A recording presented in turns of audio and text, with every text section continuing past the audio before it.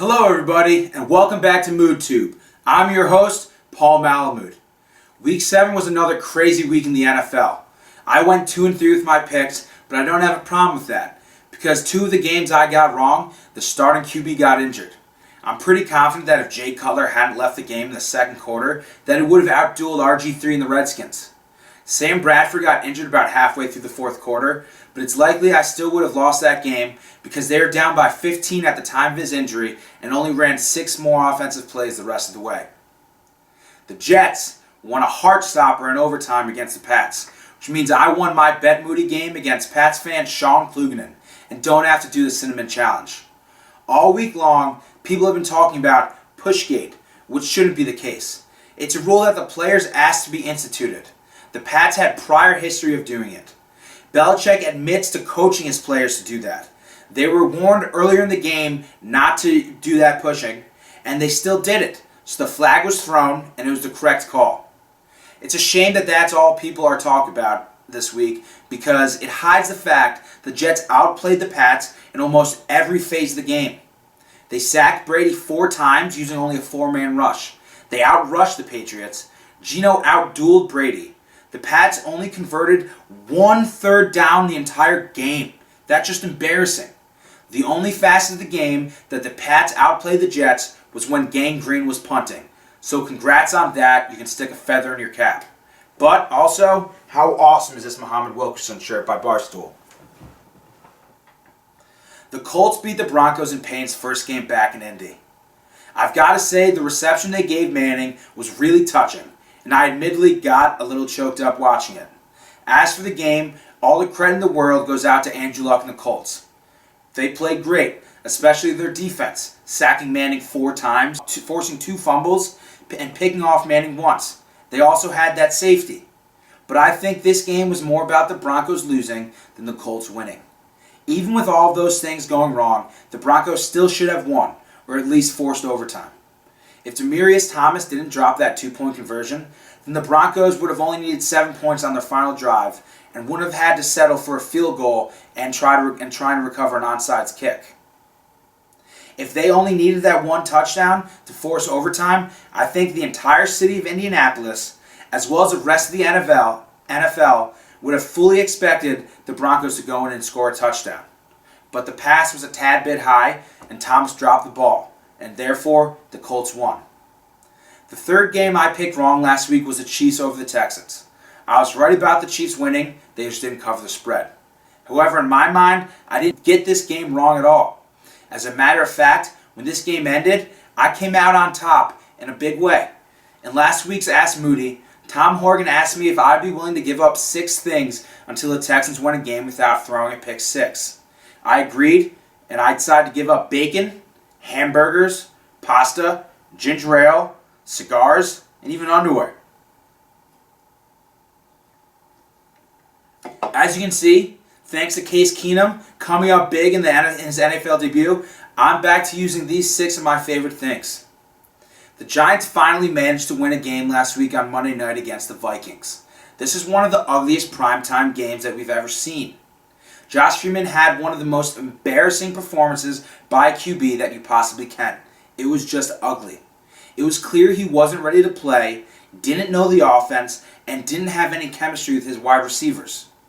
Christian Ponder is getting the start again this week because Josh Freeman is showing signs of concussion-like symptoms. Now, I know that we're being very careful in the NFL these days about concussions, but I don't necessarily buy that this is truly the case.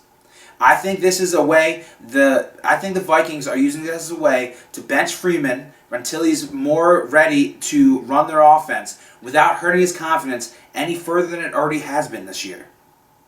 The Nick Foles experiment came to a screeching halt in Philadelphia last week, and Mike Vick has been named this week's starter against the Giants. The G-Men are going to have to play better than they did last week if they want to beat a team with a real QB and get win number 2. Now, for a little World Series preview.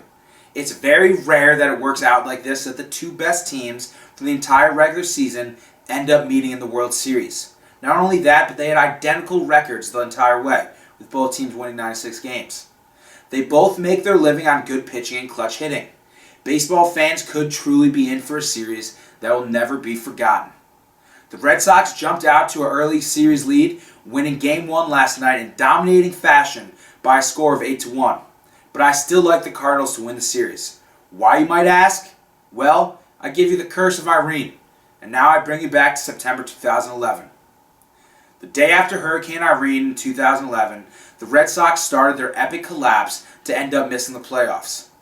Most fans chalked this up as part of the game. I realized, however, what was really going on. The collapse ended in one of the most action-packed 15 minutes in baseball history, with both the Red Sox and the Braves losing their respective games and completing their collapses in dramatic fashion.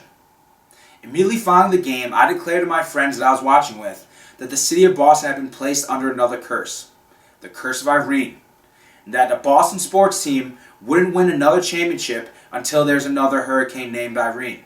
Since then, the other 3 Major League teams have also been hit. The Patriots lost another Super Bowl to the Giants. Ray Allen jumped ship on the Celtics and won his second championship in Miami. And this past June, the Bruins gave up 2 goals in a span of 17 seconds to lose the Stanley Cup to the Blackhawks. You can claim all you want that these are all just coincidences, but I know the truth. The city of Boston has had their decade reign of terror, and they are now being forced to pay for it. So the Cardinals will be crowned world champions for the second time in 3 years. Now for this week's fantasy matchups. As always, this segment is brought to you by GTS Clothing. Last week I did pretty well with my fantasy advice. Andy Dalton crushed it, scoring around 27 points. AJ Green caught an 82-yard bomb for a touchdown on his way to a 21-point game. And number 82 in Cincinnati, Marvin Jones, was a great pickup and play, scoring 11 points. Ryan Matthews became the first running back this year to rush for 100 yards in consecutive games, and Jordan Cameron, aka J-Bone, caught another touchdown to get you 11 points in a row. And also, I personally went 4-0 with my fantasy teams this week for the first time this year, so I'm pretty stoked about that. So now for this week's matchups. At quarterback, I'm going with Carson Palmer. With 6 teams having a bye week this week, it's likely that a lot of you are looking to pick up a QB to play. Palmer hasn't been great this year, but with a good matchup against the Falcons defense that is giving up the 6th most points to quarterbacks, and with him being owned in only 18% of Yahoo leagues, I think he's a great player to pick up and start. Stephen Ridley is who I'm going with at running back. He managed to score a touchdown against the Jets' great run defense, and he got 11 points for his owners. The week before, he scored 23 points. And I think he's going to keep this hot streak going this week against the Dolphins, who are giving up the 5th most fantasy points to running backs so far this season. At receiver, I'm going with Jared Boykin. He burst onto the fantasy stage in a big way last week, and I think he's here to stay. With Randall Cobb out for the year, James Jones still injured, and Jermichael Finley out for an indefinite period of time, I think he's going to be a player that deserves to be started from here on out. If you're lucky enough that he's still available in your league, then drop what you're doing and pick him up now. This is also a good time for me to wish Jermichael Finley a very full and speedy recovery. Our prayers are with you. And at tight end, I'm going with Jeff Cumberland of the Jets. With so many teams having a bye this week, there's a good chance that tight end is another position that you need to pick a player up and play. He only scored about 4 points last week, depending on your league rules, against the Patriots, but he was 2 drop passes away from a 13-point game. Cumberland and Geno Smith seem to have developed a good chemistry, so he will almost definitely be getting the targets. And the Bengals are an average at best team in terms of the number of fantasy points they give up to opposing tight ends. There's a slight injury concern with his hamstring, but all signs point to the fact that he's going to play, with Rex Ryan saying so himself. So, pick him up. Now, for this week's picks. The first game I'm going with, I'm going to stay in Cincinnati and take the Jets, getting 6.5 points over the Bengals. Now, I'm not saying the Jets are going to win. This is going to be a hard game. The Bengals are playing well, and Cincinnati is always a tough place to go play. But I don't see this game being anything bigger than a touchdown score.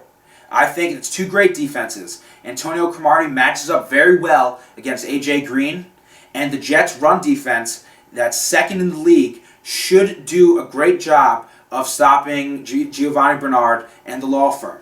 So I'm taking the Jets getting 6.5 points. The next game I'm going with is the Cardinals, giving up 3 points in Atlanta over the Falcons. The Cardinals got embarrassed last week on Thursday night against the Seahawks, but these Falcons are certainly not those Seahawks. Like I already said for Carson Palmer, the Falcons are you can very easily pass against the Falcons. I think the Cardinals are going to go in and right the ship against the Falcons, so I'm taking the Cardinals, giving up 3 points. The next game I'm going with is the Lions at home, giving up 3 points over the Cowboys. These are two great teams, and they're both playing well right now. Well, I shouldn't say great, but they're two good teams, and they're both playing well right now. Megatron came back last week and showed that he's fully healthy and why he's the best receiver in the NFL. Not Dez Bryant. Dez Bryant's great, but in the battle of the two best receivers in the NFL, I'm taking Megatron this week. So, the Lions giving up 3 points over the Cowboys. The next game, I'm taking the 49ers giving up 16 points over the Jaguars. The last time I picked against the Jaguars, they covered the spread. That's because there's a 28-point spread, the biggest ever. The 49ers are playing great right now, and the Jaguars barely managed to score any points last week against the Chargers. The 49ers defense are going to come out, they're going to steamroll the Jaguars offense, and the 49ers are going to run the ball down their throats. I'm taking the 49ers giving up 16 points over the Jaguars. Now for the final game, I'm going with the Broncos and the Redskins. But I'm not picking the spread. The spread's 12, and I think the Redskins could cover. It's going to be a close game. But I'm saying that you need to take the over in this game. The over-under right now is set at 57.5 points. And I think it's very unlikely that both teams don't score at least 30 points in this game. So, take the over. That's it for these picks. Now for Bet Moody. The Jets beat the Pats, which means I beat Pats fan Sean Klugenin and don't have to do the Cinnamon Challenge. I'm now 5-1 in my Bet Moody games, so I decided to spice up this week's episode by making 2 bets. First, Cowboys fan Tom Horgan has been dying for me to pick against the boys all season long, and he's finally getting his chance. I think the Lions are going to take care of the Cowboys at home. If they don't, then I'm going to have to do next week's Mood Tube entire episode Cowboy style, a.k.a. with a massive lip of chewing tobacco in. And if that wasn't enough, he wants me to have to chug a big bottle of vegetable oil at the end. God, let's go Lions. I also felt the need to put a bet on the World Series. So I hit up my main man, Dine Lagarce, who's a Red Sox fan going to college at DePaul out in Chicago. I trust in the curse of Irene, so if by some chance the Red Sox manage to break the curse, I will have to do the episode that follows the final game of the series wearing one of Dime's smallest shirts. For those of you who don't know him, I'd be surprised if that shirt managed to cover my nipples. That's it for this week's episode. I'd like to give a huge shout out to fellow Jets fan Joe Cimino for designing the graphics on my new website, moodysports.com. Check it out. I'm going to be giving you the daily sports updates that you're looking for. I'll see you all next week, but in the meantime, don't forget to check out the tube, because you got to see Mood.